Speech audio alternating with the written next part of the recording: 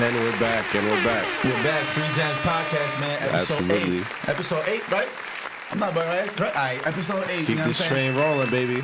Keep this thing rolling. Well, first and foremost, Kamal just tried to body the whole podcast. I ain't gonna lie. He just tried to body the set. I ain't gonna lie. This nigga just almost spilled this whole bottle of water was full. It's about right here right now off of one I drank gesture. some of it, though, for me. Like, Nah, it's cap. This nigga straight trying to pop the wrapper off you from me because they Aquafina ain't paying us for this water. Right? Yo, so the nigga pops this shit, almost literally wets the whole table, minus the microphone and the headphones. I don't know how. God was on our side. See? But shit, it works out. It all works out. Right.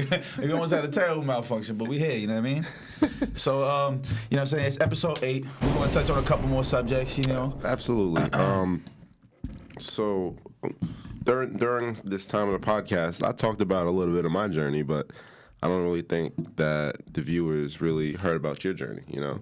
Yeah, we definitely did talk about your real estate journey. See, we only talked about the real estate journey for the most part. That's what I meant, real estate journey. That's another thing, too, because I know you got a lot more stuff going on. But, I mean, as far as the tattoo journey, it's I remember the day you decided to start tattooing. I literally posted on Facebook. Yeah. I look back at that Facebook post and it's like, it's the birth of my tattooing legit. career. I remember the day you were like, yo, I think I want to do tattoos. And I remember that because that was like March 2011. That was 2011. I was still 16. I was still 16 for sure. But I remember like just us starting to get tattoos. I had just barely been like, I was still 14 when I went to go get my first tat. Yeah. No, I went with my son Justice at the time to go get the tat. So I remember me and him, we both 14. Yeah. Man. We go get a tat, and I see this Asian dude, Robbie, back in the day. Robbie, he was tatted the fuck up, fly as hell again. But he did my first tat. But he was doing this shit. Yeah, of course. As soon as me and Justice came back with a tat, the whole hood got tatted. Literally, he was like, "Oh, it's up." Because my son Tyler Kearney, remember this nigga? He was 14 with 2 full sleeves, and I was like, "Nah, there's no way." This nigga, all the bitches was on him because before that, nobody was tatted. Really tatted like that. Right. So I mean, a couple niggas like I remember this nigga Buddy used to have he had like one little tat, like you know what I'm saying. And that was like crazy because he was in like 7th grade when he got tatted. But this nigga was also driving in like 8th grade. Nah, yeah, he really was. But yeah, I remember going to get tatted by the dude Robbie or whatever, and he's doing this shit out of his mom's kitchen. And I remember we sitting there. It's probably like 4 of us who come in at one point. And when I get there, there's already like 4 niggas in line. Yeah, there's always been a line. I'm sitting there from like 2. We don't get out of there till like 10, 11 o'clock at night. And I'm like, yo, I just watched this dude bang out like 6, 7 tats in a matter of like 7, 8 hours. I'm like, man, this nigga's charging, because I'm like, he charged my man's 80, another nigga 50, 68. I'm like, yo, if he charging the average of like $50 a pop, he done did 6. I'm like, he just made $300. I'm like, oh, that's fire. I can do that. I'm like, he can make $300. Fire. I'm coming from making $300 a week. So I'm like, did that nigga just do $300 today? And I'm like, I know he did more than that. I'm just doing an average little number just to throw it out there. So I'm like, that looked like something I can get into it. And I see, that was my first time witnessing somebody do a tattoo. So that's the first time I seen like the whole process and the whole setup. And I'm like, this ain't that difficult. Like, I used to think this shit was like surgery. Yeah. You feel me? I used to think like, oh, you gotta have some type of license. You gotta go to school for this shit. Like, you can't just get into it. So seeing this nigga do it like hood style right out of his mom's dining room, I was like, I'm gonna go buy this shit. I can do that. So not for nothing, I was always drawing. I was always artistic. Always. I know. That's a fact. I was really always. Since a youngin', I used to love drawing. Like just the past time, I would draw Dragon Ball Z characters all day, like customize them and try to make like a version that looked like you and me, but still Dragon Ball Z, like you know what I'm saying? Or I remember I used to drawing your hand all the time. That too. All the time, every week in high school, I was walking around with fake different tats. Different tats on your hand. Myself, literally. I got pictures to this day on Facebook of my sisters, me drawing on myself. And I never forget one time I was in DR growing up when I used to stay every summer with my grandma at my grandma's house. I remember I used to only ask her for papers. She'd be like, I used to be like, my grandma, can you give me some pencils from the pharmacy? Can you give me some paper? And she realized like I wouldn't like to go outside and play as much as I would just sit in her living room and just draw. And then one day I'll never forget that shit. She literally looked at me and she was like, you're gonna get paid to draw one day. And I was like maybe 9, 10. And I was like, all right. Like, I just took it like, okay. I've heard that before. But hearing it from my grandmother, and she said that at 9, and I never was thinking about tattoos. You was never even thinking about that. She literally was like, you're going to get paid to draw one day. Just like that. And I'm like, all right. And then it was just crazy. That's wild. 7, 8 years later, how that shit manifested itself. Full circle, for real. But yeah, for real. So I remember, long story short, I had bought the aquarium. It's not long story short. The story's always fucking long with me. You need to cut me up. Boom, bam, boom. Yeah, boom, bam, boom. Let's go around this. All right, so quickly. So I bought the shit really just thinking like I'm gonna come up. I'm gonna buy 100 needles. I can make $30 a tat. I can make $3,000. And at the time, my initial investment was like $500. You know what I'm saying? Which at the time was like everything I had. You know what I'm saying? So I went and put that up in there, and I'm like, if I can turn 500 into 3,000, that'll be good enough come up for me. You feel me? So I start the first tat I do, my son Black, and then right after him, Bass got tatted literally the same day within the same hour.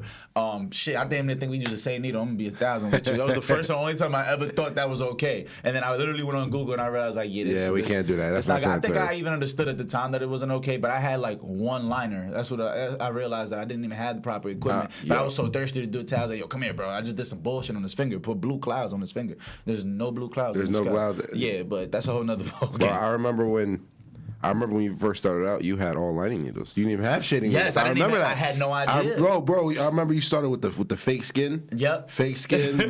And you using the wrong ink on the fake skin. Yep. And that's why I never really gave the fake skin a try, because I tried it one time and I was like, this is annoying. It's not working right. Like this don't make sense. It's not catching. It's not catching. Cause I was using this baby ass needles, using the wrong ink, all that kind of shit. But that came with experience. But that's what I learned was. My first 2 tats, I thought I was okay. I was like, I did all right. Like, let's try some more. And then quickly I realized I was garbage. You feel me? Like I was completely trash. Like literally. So I'm like, all right, I gotta get better at this before I can start charging money. You know what I mean? So I started doing them for free. And truth be told, I went like the first 2 years doing tattoos for free. Because it went from, I'm going to do like 20, 30 free, and then it went to, I'm still not good enough. So I was just going crazy. I remember I used to set up at Martin Crib and just tat all these niggas was 14, 15 coming out of jail getting tatted. Like, you had the niggas that was not supposed to be getting tattoos was getting tattooed. I mean, I was a kid tatting kids. So yeah, exactly. We all fucking up. So literally, I used to take whatever you wanted to get done, let's do it. You know what I'm saying? I'm doing half sleeves, quarter sleeves, all that. And then you want portraits. I was going crazy, and mind you, like I really didn't know what the fuck I was doing. Like I was literally drawing on motherfuckers with pen. I used to use the soap, the soap dispenser shit. I used to have no soap in there. I was just spray water on motherfuckers. I had no idea what I was doing. You know what I'm saying? And it definitely was a process to getting better. But once I slowly started getting better at just like simple lining and shit, I realized people were willing to pay me, because people would ask me like, yo, how much? And I'd be like, yo, it's free. And they'll just throw me $20. I'd be like, oh shit. That's they just gave me $20. Like, oh, Andrew, yeah, right. And that was in 30 minutes. In my head, I'm like, shit, I'm making $9 an hour at my job. I just did this in 20 minutes and got $20. I'm like, I'm gonna focus up on this. You feel me? Because I ain't gonna lie, them first 2 years were shaky. I would do a tat. I would do like 3-4 tats one day, and then I would go a week or two without doing any. You know what I'm saying? Or I'll do one, and then I'll go a month or two hiding from the equipment, because in my head I'm like, nah. And at the time I used to do the custom T-shirt shit that people forgot about. Yeah, I remember that. Yeah. I had the school going crazy with the custom T-shirts. Custom tees, yeah, like, I remember that. That was a whole nother book. I remember press, I bought the iron press machine, I remember press, and I had went to Target and bought mad shirts or whatever, and we used to just press on custom prints, whatever you wanted printed on there. I remember the number one seller was the Great Theft Auto cover. I used to put the GTA San Andreas cover on the front of shit, and then I started putting GTA 3 and Vice City, and people were like, yeah, that shit is hard on the black crew neck. That shit was crack. But I remember I was making a killing. I did it in like I only did it for like 3 months before I realized like the shit was just poor quality, and I was trying to up the quality. In the process of that, I fell out of love for it. It's too much, because it goes back to me having for free. It was like, damn, I can't charge people for a sweater if I know in 3-4 washes the image is gonna be fucked up. It's like it's not fun no more. You know what I'm saying? It takes the fun out when you know you're doing a bad job. When you know you're not doing quality service. Right. So the best I could do when it came to tattooing was doing for free, because it's like you can't be mad, nigga. It was free. Like, you feel me? And like if you came and signed up for a free tat, you should know your shit probably gonna end up fucked up, nigga. So.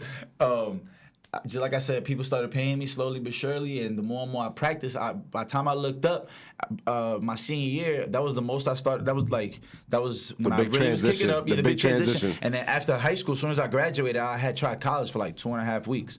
You know what I'm saying? I literally lasted like 2.5 weeks. I was at BCC, Burton Community College. That shit was the 13th grade. Literally, it was like Instagram in person. So like that shit was overwhelming in itself. I'm like, this is too crazy. This is overwhelming. How can I focus on anything? Like literally, every girl I've ever followed, ever seen on the internet is right here in front of me. I'm like, this shit is crazy. Like, so I was way too caught up in the social aspect than to actually be able to focus in school. And I remember as soon as we logged in and see our progress report grade or some shit like that, I was failing in 2 weeks. I'm like, God damn. I'm like, so it came back to that same idea of like, once you're bad at something, you don't want to do it. So I'm like, I'm out of this shit. You feel me? And I remember I took that leap of faith. As soon as I dropped out, I told myself, if I leave this school shit, I'm like, I'm gonna definitely have to like shore up on the test shit. Because honestly, I really only wanted to go to college to get a degree, just to get a business degree, just so I have an understanding of business and really sell weed in that motherfucker. Like that was my whole plan. I'm gonna be honest with you. My whole plan was that I'm gonna just take over a college and it's gonna be up, nigga. You feel me? So yeah, that actually ended up turning into, that shit sparked into me doing tattoos and making relationships, because we were at that age where everybody was going to college, and I used to do a bunch of tat parties. Yes, you used to do at colleges. That was like the most lucrative shit for me, and that was also a great way for me to be practicing. But because I'm around a bunch of young motherfuckers who got money to spend, it's their first year in college, second, however many years they've been in college. Regardless, they got money to spend. So I'm in there. I used to just bust out like 10, 20 tats in a day, literally just sitting in my man's hot ass dorm room. Like, shout out my son Khalid. You know what I'm saying? Word. Khalid was the first nigga to ever set up a tat party for me. Temple? Yeah, I went to him forever. Him and Jamal both really set that up at Temple. Shout out to the guys. And I ain't gonna lie, that first trip to Temple, I remember I was in shock because I had that was my first time. At the time, I probably didn't make more than like $200 ever in a day doing tattoos. Literally, that first night, I made like $1,200. And I was so fucking baffled. It took me years before I ever reached that again in a day. Literally, it took me years. This is also like the second year I'm tattooing, so I'm just like, what? Like, literally, my mind was so blown and opened my eyes to so much. Like, yo, this is possible? I could do this. Like, but granted, I did work like 16 hours straight. Legit. I got there at like 3 p.m. I ain't stopped working till like 7 in the morning.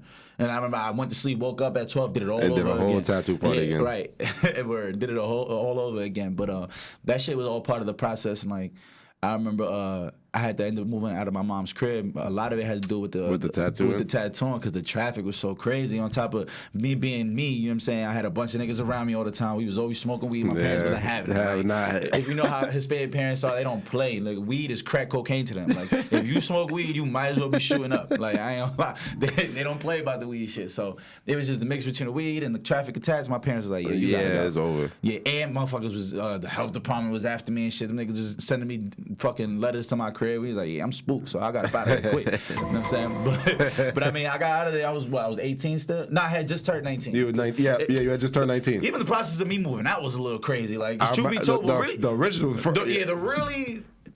That shit. To be honest, now I really think about it, it's like the 3 reasons why I got kicked out. Yeah. On top of the traffic and all that shit, that was one thing. I ain't gonna lie though, my mom's definitely walked in on me having sex. I don't know. I'll never forget that shit, bro. To this day, I'm traumatized thinking about that shit because that's the last. You ever got caught by your parents having sex? Nah. What? See, your parents is gangster though. Like they know what's going on, so they not even about to. You feel me? Me, I didn't know when my parents was coming home. I used to always be at the crib. The crib was free all day, every day, legit till whenever. 1 o'clock, literally till whenever. So I'm like, shit. We got stories about that too. One day, my mom popped out at 4 p.m. I'm like, yo, what are you doing here? Feel me? So that turned into, you gotta go, King. Like, real quick. And then in the process of that, she was like, you gotta go, but she was gonna help me. She was like willing to help co-sign an apartment because she knew I was too young to get an apartment. And then in the midst of that, like, I remember the day I was supposed to go hand in the lease signed for this apartment, I'm literally got the orange envelope in my hand. I'm in a towel. I'm in a towel about to get in the shower. I'm about to leave this shit at the front in the dining room because I don't want to forget it when I leave the house. And as I'm bringing this shit to the front, I hear a knock on the door, and I'm like, that's an aggressive ass knock loud as hell. Like, I'm like, what the fuck is that? I'm like, nah, I ain't never had nobody knock because we got a knock. Yeah, everybody got that knock. We know exactly who it is. Everybody got that knock. So I'm like, what the fuck was that? I'm like, that's not a normal knock. And it's not normal hours for niggas to be knocking either. It's 8:30. I used to have niggas pulling up to my back window at 8 o'clock for weed, but they knew hit the window. But they hit the window. You hit the door, you violate. Different. Yeah, you want some new shit. Call me first of all. So I'm like, nah, that's not adding up. So sure enough, my eyes I'm like, what the fuck was that? So as I'm walking towards the front, I hear police. I'm like, oh, police? I'm like, nah, yo, bro. So, long story short, man, they're like, man, open this motherfucker, we kicking it down. I'm like, you're not breaking my mom's door. Please. So you feel me? Open that motherfucker, niggas pull me straight out. Throw me on the ground. Man, that was the day I got raided. Long story short, May 3rd, 2012, crib got raided. And that was like 8 days before my birthday. So that was. Dread. I was supposed to get the lease. I was going to get the apartment right before your birthday. No, 4 days after your birthday. Man, that shit fucked me up, man. I'll never forget that shit.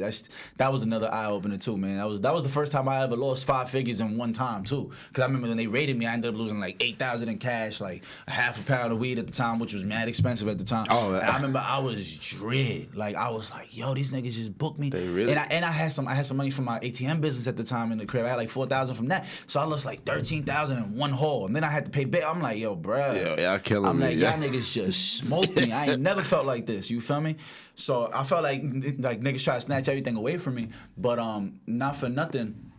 I remember sidebar. My man's had went through a situation, and I remember he pretty much somebody had broke into his hotel and stole like $13,000 from him. I remember he called me like, "Yo, bro, I don't know what to do. Niggas violated." I'm like, "Yo, listen to me." I'm like, "I'm proud of you." I'm like, you got to a position where you could even get robbed for 13,000. 13 bands. You know That's what a I'm fact. saying? Like, that means you had that. Yeah. Like, so I'm like, bro, I'm proud of you. I'm like, was that everything you had? He was like, nah. I'm like, what the fuck are you crying for? So nigga? we good. I'm like, you good. You can make it back. So I had that mindset since back then, and it's funny how that shit ended up like reoccurring later on And in it life. was 13 bands for you. Yeah, and I was just 13 taking out that bands shit. for I'm you. like, wow, like where it just ends up working like that shit be going full circle. But honestly, thank God for that shit though, because when me getting my house kicked in like that, like it opened the light on so many things. Like it was actually a mind-boggling experience, because if anybody knows, like I got raided, and then 10 days later I got raided again.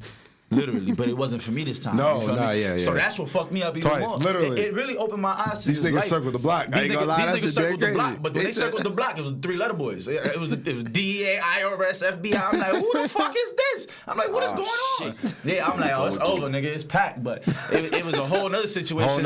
Right, another member of the family was in the house, and like, you know what I'm saying? He was doing what he was doing, and you know what I'm saying? Shout out to him. He held it down. He did his thing. But I remember just like that person was so innocent to me. So I'm like, seeing that person go to jail like really fucked me up. And I tell people to this day, like, yo, I know I'm due for a bid at some point in life, and it's scary because it's just the reality of how I really feel. Like, and I hate to sound like I'm manifesting that, but it dead feel like there's no escape. It's no escape. And like I done been false in prison for, it was only 3 days. I done been false in prison recently for like, and I was like, yo, niggas really go through this. Like niggas really got to go through jail for shit they didn't even do. You know what I'm saying? This is like completely detached from when I got from getting my house raided, but yeah, it goes back to I go back to saying like, yeah, like damn, like I knew this shit was gonna happen. I always said it, but I'm like 3 days ain't enough. You know what I'm saying? I'm like this shit gonna hit me one day, and it's gonna suck, because I always believe in like you gotta hit rock bottom, and you hit rock bottom multiple times in your life. Like it ain't gonna be just once. We were talking about that before, the ups and downs. You know what I'm saying? Life has a hell of a way of bringing you all the way up and then kicking you off that motherfucking cliff, humbling your ass seeing early, if you're gonna get back quick. up. Absolutely, you staying down, you getting up. Yeah, for real. You gotta roll with that motherfucker. So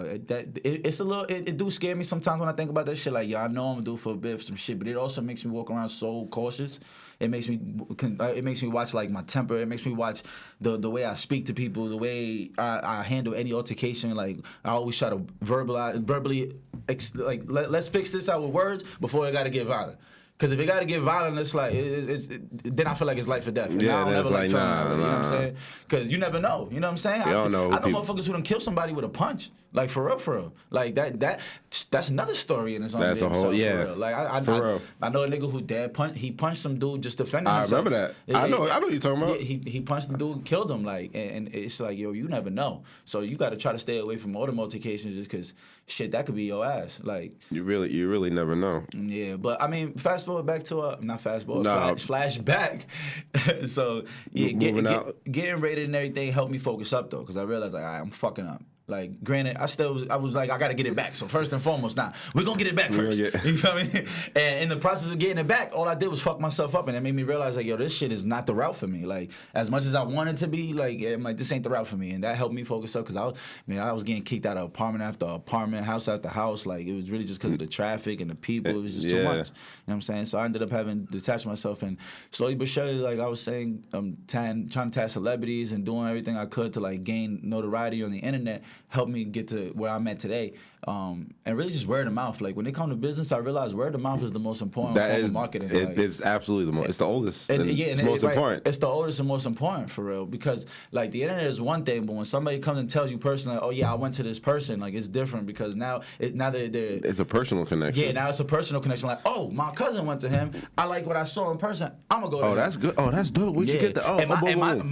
my business angle was always like, nigga, I'm gonna undersell everything. Like I remember yo, that's the thing. You forever ever undersold. Yeah, always. I'm always trying to buy out the for market. years and years. Since day one. I remember when you tried to corner the market. Even they charging days. this, I'm charging that. Right, even weed days. I All remember day. niggas wanted a bag of weed for $10. I wasn't even letting you pay $10. I got 2 for 15s only, nigga. Like, if you come to me, I need $8. I don't want your 10. Niggas like, why? I'm like, bro, give me 8. Don't worry about it. Or give me 2 for 15. I'm gonna give you 3 for 20s. Niggas is like, what? This nigga's the man. But this way, I took everybody's business because niggas like, why would I go fuck with this nigga for $20 if this ain't gonna give me 3 bags of weed for the $20? So it was like, I understood that. So I took that. You that really thought process.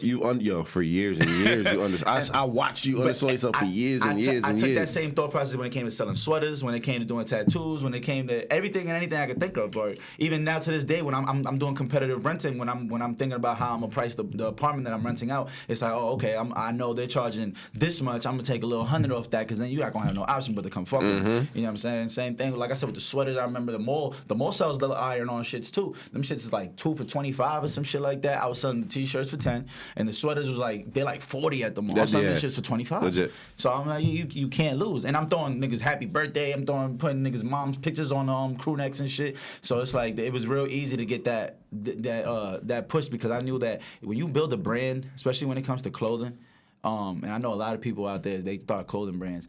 Like I feel like what kills a lot of brands is all they want to focus on is putting a big ass logo on the shirt and expect to sell that. Yeah. It's like the most like the best brands that especially it came from like at least through hip hop and shit was the ones that didn't focus on just putting their logo everywhere. Like look at something like V-Lone. V-Lone is owned by ASAP Rock, by the ASAP is by Barry if I'm not mistaken. I think it's Barry. But it doesn't say ASAP. It could have easily just been ASAP clothing. But they like, nah, we gonna go V-Lone, whole nother thing. Whole nother brand on it. Yeah, exactly, a whole nother name on it. Or like Rockaware did Rockefeller. Diddy didn't do Bad Boy Clothing. He did Sean John. And they had to embrace that. Now if you just put your logo name, we just put Free Gems Podcast, that's just merch. That's not really a brand. That's not really a brand. That's not style. That's yeah. That has nothing to do with style no more. It's just you repping a brand and That's you supporting that. You feel me? So I understood that with the crew necks and shit. I'm like, I can't just put a logo on this shit and expect to sell it. There's gonna be a limited amount of people who gonna really want that. Now if you customize it, a nigga could put whatever image they want on there. You know what I'm saying? Put Michael Jordan on, LeBron there with blowing the dust out. I used to do all that shit. And this way you can know you're gonna want this sweater because you put it on. You feel me? So it was just up to me to literally like to market different shit too. Because I remember I used to make Raider Clan shirts for Space Ghost Perk back in the day. Back in the and I remember I was Raider so Clan. hyped when that nigga DM'd me. But I sent it to him on Twitter like, yo, bro, check this out. I'm like 17 at the time. And I'm like, yo, check this out. And this nigga did hit me back. And at the time, I was really fucking with his music. He was just taking off. We were like the first niggas listening to him and ASAP Rocky. We was literally the first niggas I ever knew that was listening to these niggas. And I was like, yo, check this out. And that nigga hit me back. Nigga. Yo, bro, and it's so crazy. My son Nas was wearing that same Raider Clan crew name in the Garden State Mall and ran into him and ASAP Rocky in 2011. And they took a picture together. And it was just mind blowing. Like, yo, look at how my work got next to this motherfucker. You know what I'm saying? Yeah. So yeah, seeing that shit made me realize how touchable celebrities were. Yeah. And that kind of inspired the same idea I had when I was reaching out to celebrities to get them to tattoo them. Tattoos. Word. Because I remember I had reached out a little Uzi way before he had popped off. I had reached out to Fetty, of course. And I remember seeing Fetty tatted. I mean, when I did Fetty's tat and I seen this nigga take a picture with Kanye and he straight sent it to me through Instagram like, yo, check this out, bro. And I'm looking at it. I'm like, this nigga 3 red stars glistening like a motherfucker next to Kanye West. I'm like, yo. Remember we was talking about that 6 degrees? 6 degrees. 6 degrees of knowing somebody. Like if you know somebody, you know somebody who knows them, who knows this last person that you're really trying to get in everyone contact in the world. With. And I'm like, yo, it goes back to that, and it goes back to the whole idea of like that. I might have not physically been there, but my work was right there. You know what I'm saying? He was there. So that was a dope ass it was a dope ass like image just to see that. I'm like, oh, it's there. Like I'm there without being there. But you there, bro. You there. Or like even when the nigga album dropped, and I'm seeing posters everywhere of this nigga, literally, and it's his face. So what do I see? I see like 3-4 of these tats that I did on his face. I'm like, yo, my work is on billboards left and right, and I manifested that like 3 years prior to him dropping his debut album. I was just like, I know this shit going. I know he gonna blow. I know he gonna be that nigga. And then boom, fast forward, it's like, oh shit. You know what I mean? Like, See, when people hear your journey, this shit is really crazy. Because nowadays, people look at you as the tat man, but it was never like that all the time. Nah, hell no. Literally, everywhere we go, nah. It's like every time we go somewhere, every time someone presses you by the tap, yo, you ain't answer my message. You ain't answer my. Yo, I've been trying to get this for years. I'm like, yo, bro. No, literally, no. Yeah. Every time we step out, it's always and. Now hearing from your journey, a lot of people don't know your journey. Though you was tatting for free for 2 years. Think about it. Like, yeah. I would say at least them first 100 needles I got, I didn't make damn near no money. If I made any money, it was from my son Ty. I always mention my son Ty was the only nigga that was paying me. He was coming home from jail with his little $40 every weekend, little youth program or whatever he was in, and he just tat me, boom, and then we go spend that money on a bottle of Smirnoff and a bag of weed. No bullshit. Yo. Shout out to Ken Dog too, man. That nigga definitely remember Ken Dog. Yo, shout out to Ken Dog, our local neighborhood fiend. This nigga used to always cop us the Dutchess. I ain't gonna lie. Yo, always he the didn't alcohol, give a fuck. all Yo, that. Morals was out the window. He didn't give a fuck how 13 we looked, nigga. Nah, bro. He's like, y'all niggas Ken want this Dog is the liquor? man. Got you. Just Everything. give me $3-4. I'm like, all right, you know what I'm saying? I look back at that like, yo, that's so irresponsible. Bro, I seen him the other day. No cap. No, you didn't. Ken Dog. Yes, Ken Dog, my nigga Ken. I'm like, yo, Ken, what up, bro? To this day, we call Marty for the cookout because of Ken Dog. Yeah, he was on the phone just screaming that shit. Marty for the cookout. Yeah, I'm like, he's like, oh yeah, yo. Man, shout out to Ken Dog, man. I got the listen, like my son Peasy said, we got the utmost respect for the crackheads. You feel me? Shout out to all the crackheads. They niggas always got something for sale. The biggest hustlers. Nah, for real, man. It's a survival instinct for real. Like you learn how motherfuckers survive by just observing, like, look at the homeless community and you see, like, the way they set up tents and the way they get warm and they travel around with shit. And it be it messes my head up, even though I'm a firm believer that, like, everything's kind of, like, by choice. But they really surviving. Yeah, but they really survivors for real. They know exactly. Oh, what? You can learn so much. And that's the thing. You can learn so much from everyone. Don't underestimate everyone. You can learn something. Yeah, I know plenty functioning crackers, especially where I lived. I was living in Newark, nigga. I was living the harder Crackville, nigga. I was in the middle of by like Freeland down by Route 21, right by the DMV. If anybody knows that side, they're familiar with that in Newark. They know that shit is an abandoned zone. You know what I'm saying? Like, but I used to see these motherfuckers was hustling. Like these niggas, there was a lot of motherfuckers didn't even beg for money for real. Like they just be like, yo, you got a broom? You want me to sweep your driveway? I'll sweep your driveway. Just give me like $2. Bet. Feel me? I'll come back here. Take 10. And them niggas nice and clean. Nice and clean. Nice and tidy. Tidy. I'm like, yo, whatever it take for that 10, that extra, you know what I'm saying? The like, extra $1 to go get some food or go get some crack, whatever it is, nigga, just go take care of yourself. But some motherfuckers surviving for real. So how long in total have you been tattooing? Shit.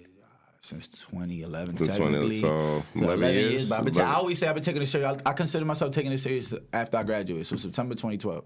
So it's about to go on 10 years. All right. But like, I wasn't really established till like a year from that, like September 2013 for real. So that's when I really be like, all right, that's when I started. So I always tell people like 8-9 years. So okay, so in that time, when have you reached the pinnacle where you start like, yeah, I'm making it now? You know, Initially, I just thought to myself like, yo, if I can make $100 a day off tattooing, I can make $100 a day off selling weed, and then I was, oh yeah, my bad. I can make $100 a day off selling weed, and I was like, oh, I can make. I was making at least like $60-70 a day off my ATM business. I'm like, all right, that's $270 a day. And in my head, I'm like, yo, that's $100K a year. And this was at like 18. I'm thinking like this. I'm like, oh yeah, bad. I just gotta get that $100 a day from tattooing. And then it hit me like, out of nowhere, the better I got, out of nowhere I was seeing 100, then it turned to 200, then it turned to 300, and at 300 I thought like, oh, this is the glory, like it's over, like I'm good. But I was living such a fast, wild lifestyle that I'm just like, it wasn't adding up. And like I said, I was still struggling with thinking I was gonna be Pablo Escobar. So I used to fuck up all my tap money and ATM money, trying to do the most, trying to do too much, and that was a harsh lesson that I had to learn on my own. You know what I'm saying? Luckily, I stayed out the way and stay out of trouble, and it's like now weed is legal, so I don't even mind talking about this shit. And also that shit's beyond way past the statute of limitations, so it's like and not to even glorify that shit at all, but it's just like young kids got to go through that. You know what I'm saying? Young kids got to go through that. Oh, they think they're this, they think they're that. You got to find your way. You got to find your journey, find your way. That ass. Every day I think about that shit because I be thinking like, damn, I was so misguided in my head. I really thought I really wanted to be something that I wasn't at all. I realized the only thing I was this whole time was a hustler. I'm like, if I could just stick to the hustling part, I'll be good. So that's where I'm at now. Like, and my whole life I grew up telling people like I wanted to be a businessman. I never really thought like I want to be an artist. I want to do this and that. Like I just want to be a businessman. And however that manifests itself into whatever kind of business, it could be any kind of business. It could be media business. It could be art. It could be, you know what I'm saying? Whatever it is, you know what I'm saying? So bro. So next I wanted to transition into. Now we hear your journey. So the first 2 years you wasn't making no money, and now you've been tattooing for 8, 9, 10, 11 years. But you know, now you've seen the fruits of your labor. No, for sure. I'm still far from it. I'm still but you still see. I'm not saying you at the pinnacle, but you absolutely see the fruits of your labor from grinding for the past 10 years. You know, for sure. Yeah, it's definitely been a blessing. And I remember we was talking about the employee mindset versus the employee versus the entrepreneurial mindset. Right, and yeah, that it's so important to be able to transition or be able to know that I'm an employee right now, but I'm working towards being an entrepreneur.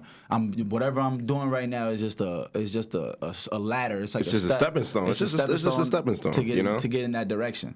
You know what I mean? No, absolutely. And you have to realize if at the end of the day, like most of us, we start out employees, so we think employee. When employees, they think linear in terms of doing things. 1 for 1.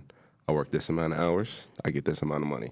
You can already calculate what your paycheck is for the next 2 weeks. You're already calculating how you're gonna spend. And that kind of sucks. Bro, that's linear, you know, 1 for 1, tit for tat. You know, when you step out into an entrepreneurial space, there is no 1 for 1. You have to think exponentially. It's a whole different approach. How do I make this service cost more? How do I make this item how do I price this more? You know what I'm saying?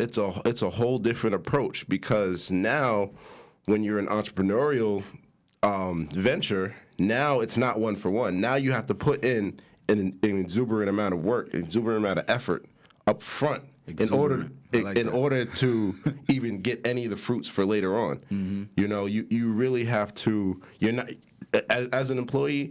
We do this all the time. Employees have mastered the art of looking busy. They don't really give a damn. They don't. Because guess what? I'm gonna be paid, get here and be paid regardless. Yeah. So they try to make it look like they're busy, even though they're not doing anything. Yo, and that's, you know what? That actually kills me. I remember my mom she used to tell me that. She'd be like, man, the worst part about a business is you realize nobody wants to work for you. No, nobody does, because it's your dream. It's not their dream. Exactly. You're living for someone else's dream. And you got to be able to sell that. So my mom was so anal about being so nice to her employees and giving them chances and this and that and being super nice, ordering them food because it's hard to find some good employees who want to be there. And that's the only way this machine's gonna work. You need some employees. So I've witnessed that firsthand, and me being working at my mom's job back before all this in high school and shit. I used to work there, and my mom would be like, you know, you're like an extension of me as far as like. People think that you're here to watch them. Like the other employees, they would feel like I'm there to watch almost them. Like a supervisor watching them. But I wasn't. I ain't give a fuck what they were doing. Go be on your phone. I don't give a fuck. Man, I'm 14. I don't give a fuck. You feel me? But I did notice how they would work differently. And she would tell me, she'd be like, yo, they move different once you're there. So then she would make sure I'm there if she wasn't going, because I mean, at one point she had 2 locations. She'd be at one and I'd be at the other, just so that there's, you know what I'm saying, there's that presence. My presence is there, and the people are working more adamantly just because I'm there.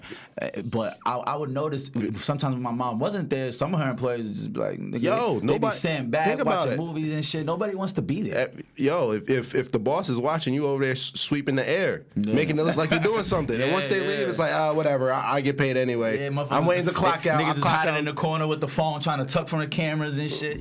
You still in time from your lunch hour every day, you know. Clocking in later. I be listening to so many people tell me like, I'm gonna just call out. Like, oh my God, that is terrifying to be an employer. And it's like, these employees don't give a fuck about calling out. They don't give a fuck about what you got going on, nigga. You when people are employees, a lot of times they approach that with minimal effort. Now, if you do that in an entrepreneurial setting, you're not going to prosper. You can't just show up and get paid. That's not how it is. You're always on the clock. There is no clocking out. There is no weekends. There is no weekends. And I compare business to a child. Like, there is no. Like, you're always on the clock. Certain businesses are way more time consuming than others. Like, people always ask me, like, yo, bro, you ever want to open a tattoo shop? I never wanted to really open up a tattoo shop. And if I did, I wanted to turn it into a tattoo shop / sneaker store / everything. You know what I'm saying? I didn't want to just open up a tattoo shop, but then I realized how overwhelming that could be because my parents opened up their own businesses, and I realized like after 4th grade, I didn't speak to my mom damn near until I started working at 14. But then once I left that by 17, bro, I would go months without speaking to my parents sometimes just because we would be so busy. And my whole childhood, once my mom opened that business, bro, I didn't have a home cooked meal since the 4th grade because of how busy they been in that business. And I just always you thought saw like, how they work. Yeah, crazy. I'm like, I know what it is when you start a business. You're a slave to that business, but it's because you just wanted to thrive. Yeah, exactly. And it's so important that it becomes a child, and damn near more important than your child, because that's your well-being. Like, it's not that you want to make it more important than your children, but it's like you don't got time to be with this child. You got to take care of this child. So you got to make sure this child can get fed. Right, because this business was feeding these kids. So it's like I was so terrified of that idea where I'm like, that's why I don't want to tattoo forever. People hear me and I've been talking about retiring for the last 2-3 years, and it's because in my head I'm like, bruh, I got a kid now. I can't work the way my parents worked, 80, 90 hours of manual labor. You know what I'm saying? Not like they was picking shit up and putting shit down. No, but it's still manual labor. You have to be somewhere. And the stress is on your mind just because you're not out. Just because you're out here brick building. To this day, my mom has never gotten a paycheck from her business ever. If she needs something, she'll take it out of the account, but she's never been like, oh, I'm gonna take a certain amount and put herself on payroll. Never.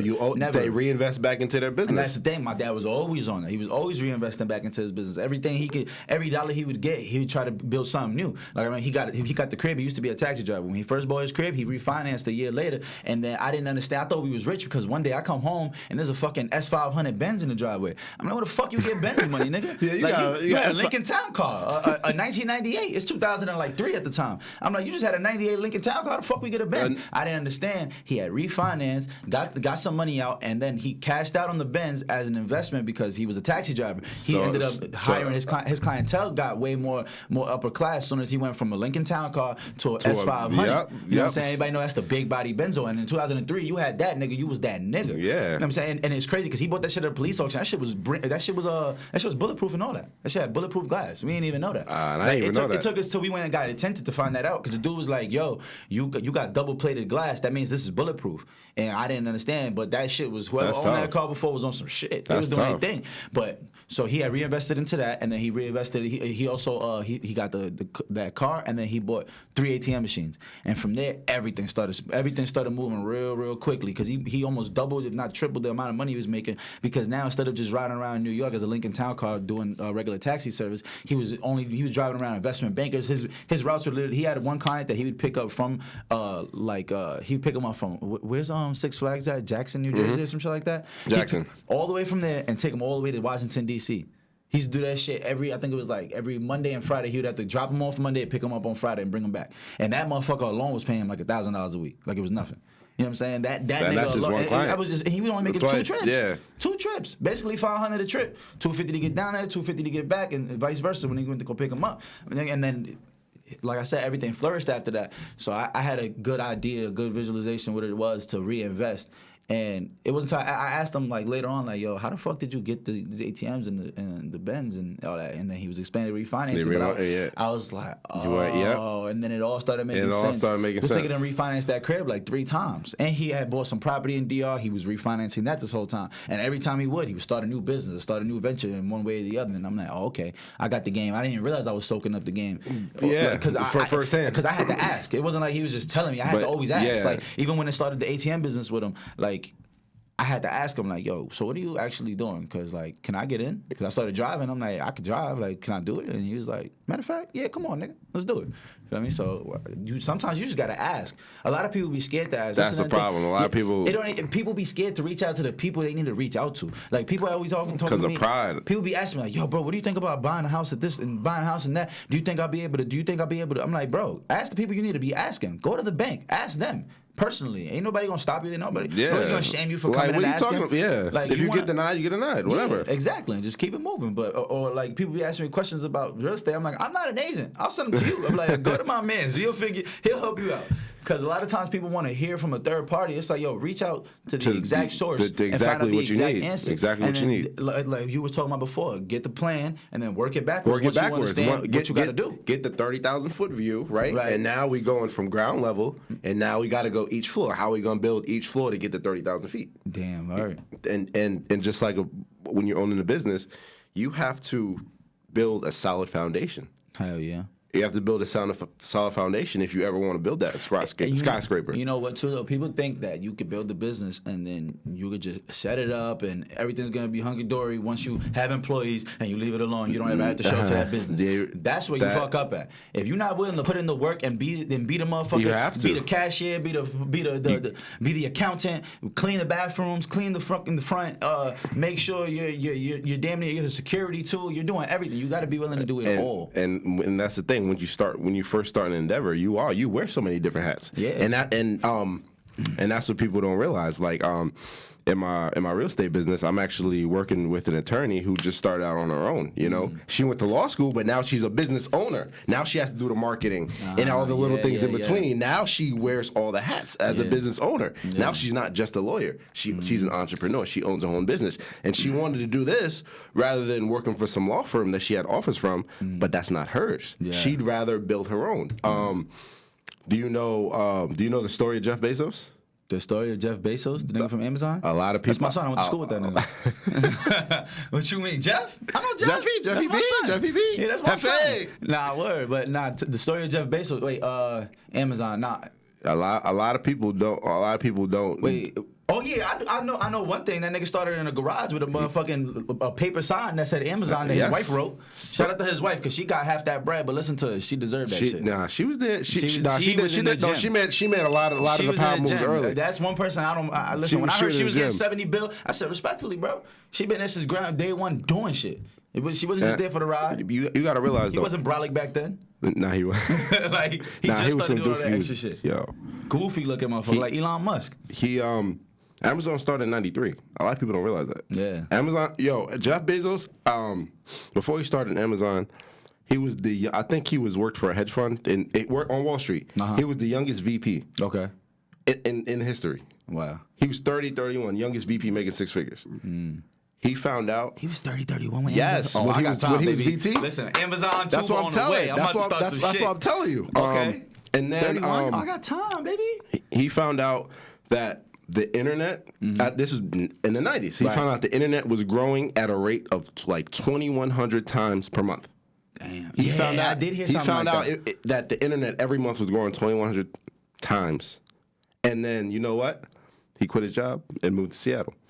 So you got to think about it. He had that vision. You got to think about it. He was making six figures as the youngest VP at an investment fund that leap of faith agency in Wall Street, New York. He quit and moved to Seattle to start Amazon out of his garage. That was that transition from the employee mindset to the entrepreneur mindset. Let's talk about the entrepreneurial journey. He wasn't making money the first 10 years. I know. At first he was selling books off Amazon. Amazon was a bookstore. He was like, I need to sell online.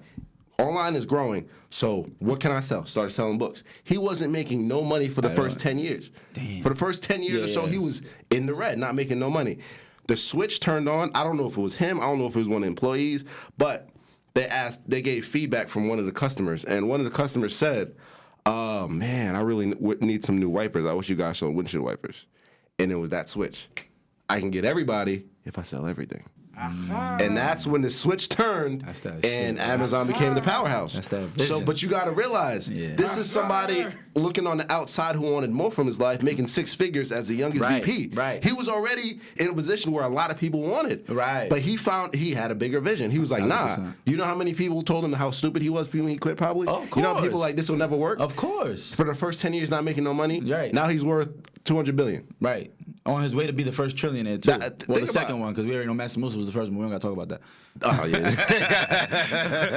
but think about it, bro. And that's the mindset. Do you know why they call it, Black Friday every year?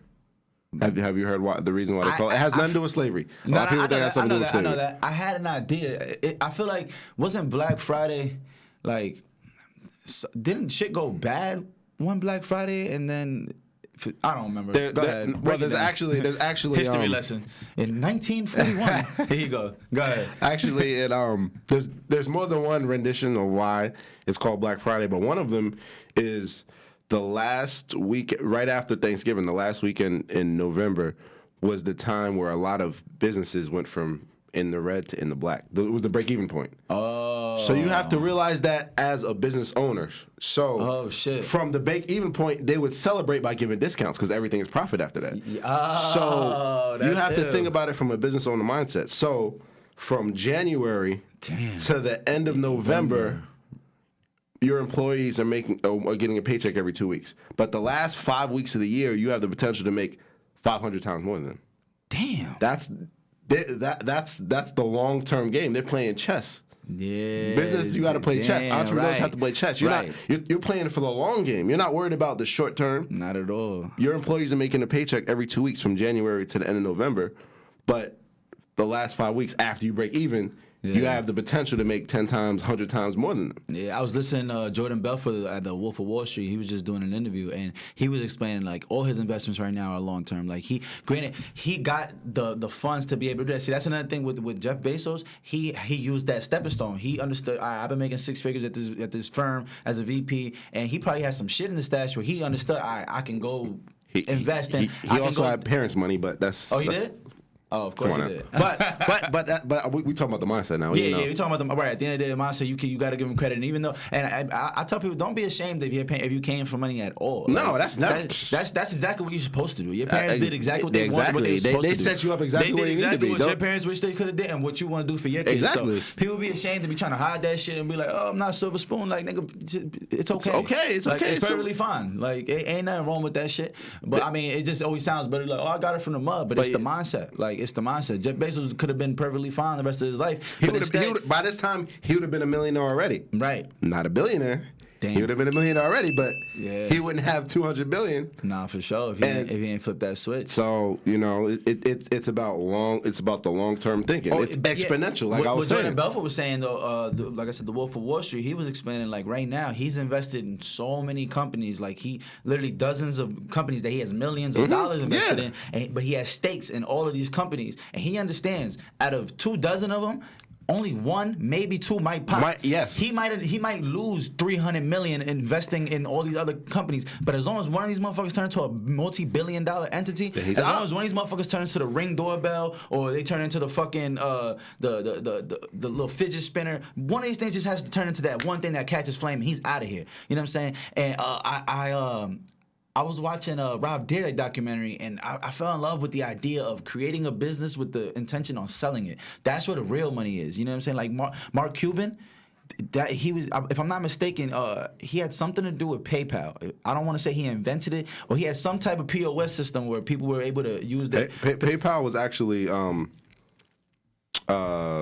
We just mentioned his name. Elon Musk? Elon Musk. That's why I'm confused with Elon that. Musk. But I know Mark Cuban definitely has some internet. I forgot what it was. It might have not been PayPal then, obviously. But I'm trying to remember exactly what it was. It's like a main company that people were using left and right, and you didn't even realize that was his. But that's how he got his fortune, because when he went and sold it. Like if I'm not mistaken, Elon Musk has sold PayPal. That's how he got his first billion. It was like you build a company and you sell it. You know what I mean? Like. But a lot of people don't know about Elon Musk that his parents own an emerald mine in Africa. An emerald mine. Yes. An emerald mine. Yes. That's tough. That's tough. In Africa. So that he came from money. Hey, they say like Trump, his whole shit started from his dad supposedly lending him $1 million or some shit like that in the 70s. And people don't. The thing is, people know about Trump is that his father bailed him out of $1 million of bankruptcy twice. So think about it. Shout out to Pops. Think about it. So you get $1 million worth of $1 million to play with in the 70s, which is what, more than that. That's and like then got bailed out twice. Bro, he had so much money he couldn't lose. Yeah, but that's the name of the game. That's the name of the game. That's Jordan Belfort's mindset right now. He has so much money where he like, nigga, you can't lose. I can't lose. All these shits go to hell. As long as one of these bitches pop, we good. You can't lose. What I'm saying? I could break, and I know I'm gonna break even because at least 3-4 of these bitches is starving. You know what I'm saying? I can break even at least. You know, and he's still making cash flow from other things he has going on, like doing the public speaking and stuff like that. So, I got this idea where I need to have 10 businesses by the time I'm 30, like up and running though, like fully running, full-fledged. And I know I just need that experience. That's what I've been working on now. Like is getting that experience, because they say is 10,000 hours to become a professional or something. Mm-hmm. 10,000 hours. 10,000 hours, and if you like, The average work week is 40 hours a week. It's 52 weeks in a year. Call it 50 weeks because you get 2 weeks of vacation. That's 2,000 hours a year. That's 2,000 hours a year. So it's gonna take you about 5 years of doing anything to really get it. To really get it up and running. Right. To really get it up and running. Consider yourself a professional. You know. So I'm working on that, and I understand like everything I'm working on right now has been. I'm still in that 10,000 hour process. So I've been working on it for years though. So I know by 30, I'll be 10,000 hours in. I'm there. I'm sanctioned. I'm locked in for sure. You know. But you know what I was thinking about? What was that company called? The you were doing with John? The selling online, the online commerce. What was that called? Shit. You can't remember the name of it, but the idea of that shit was genius. You know who else? The idea of that, it was like the whole idea of buying stuff from yourself instead of having to buy it from Walmart. Stuff. And it wasn't like you're trying to sell anything at that point. You're just buying shit that you already was using. Yes. Instead of buying paper towels and shit from Walmart, you just buy it from your online commerce, and then you would gain benefits from spending money there. It's literally investing into yourself. Yeah, that was so fucking genius. You know what else too? I always watch them commercials online. You ever seen not online, on TV? What's that shit called? There's like BZ and shit like that where they sell like an iPad for $13. Yes, I saw that, yo. I remember I was trying to hit the lottery on them fucking websites. I saw them BZ, yeah. Because I understood what they was doing. It was fucking genius. Yo, bro. Like let's say an iPad's $10 on the website, right? You have to bid to get that iPad though. But you have to pay for the bids. You have to pay. Yo. So you I would get like 100 bids. I think they were for like $70. I paid 100 bids, $70. And you can only bid in increments of, it goes up like 2 pennies every time you bid online. So you got a $10 item, right? In order for it to get to $10 and it's going up 2 pennies at a time, a motherfucker got to spend how many bids to get? It's gonna take 50 bids to get $1. To get $1. So it'll take 500 bids to get to the $10. All right, then 500 bids. Like I said, I done paid $70 for 100 bids. So what's that? $7 a bid or some shit like that? $7. So 7 times that's 7. No, not $7. 70 cents a bid. I'm bugging. 70 cents a bid. 70 cents. So it was 70 cents a bid. Yeah, I was you paying got 100. So you got 100 bids for $70. Yes. 100 bids for $70. Yeah. That's 70 cents a bid. That's 70 cents a bid? Yeah. I think so. Huh? No. 7 times 10 would be 70.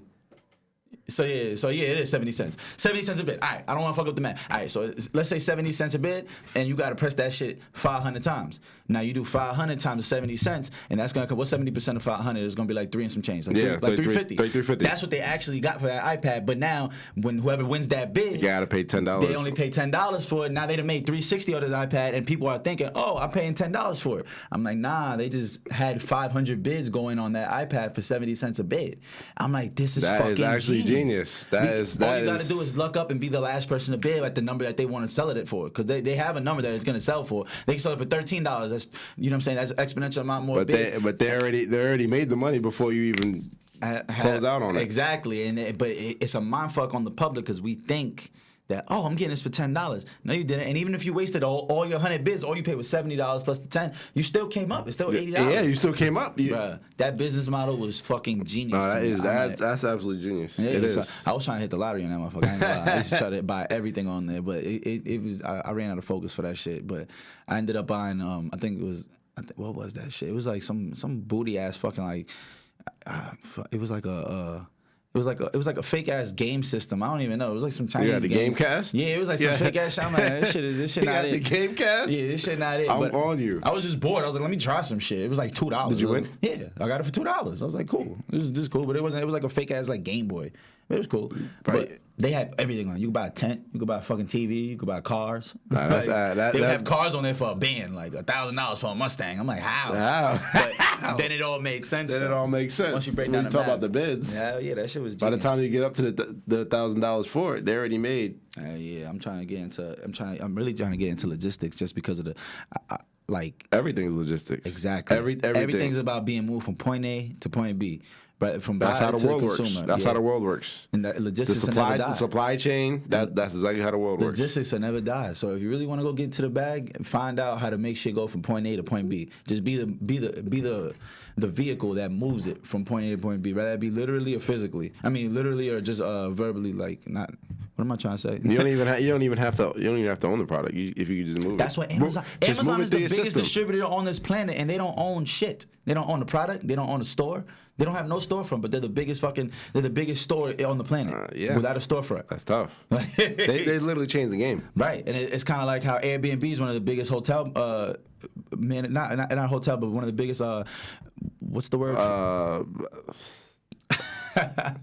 When what do they call it? It's a degree. Hospitality. Like, it's a There we degree. go. Yeah, they're one of the biggest hospitality companies, and they don't own a single property. You don't own real. And Turo, one of the biggest rental companies, they don't own one fucking vehicle. Like Airbnb. I mean, it's fucking Uber and Lyft. They don't own any. They're the biggest taxi car companies, and they don't insure not one vehicle. They don't have nothing. Like it's fucking genius, bro.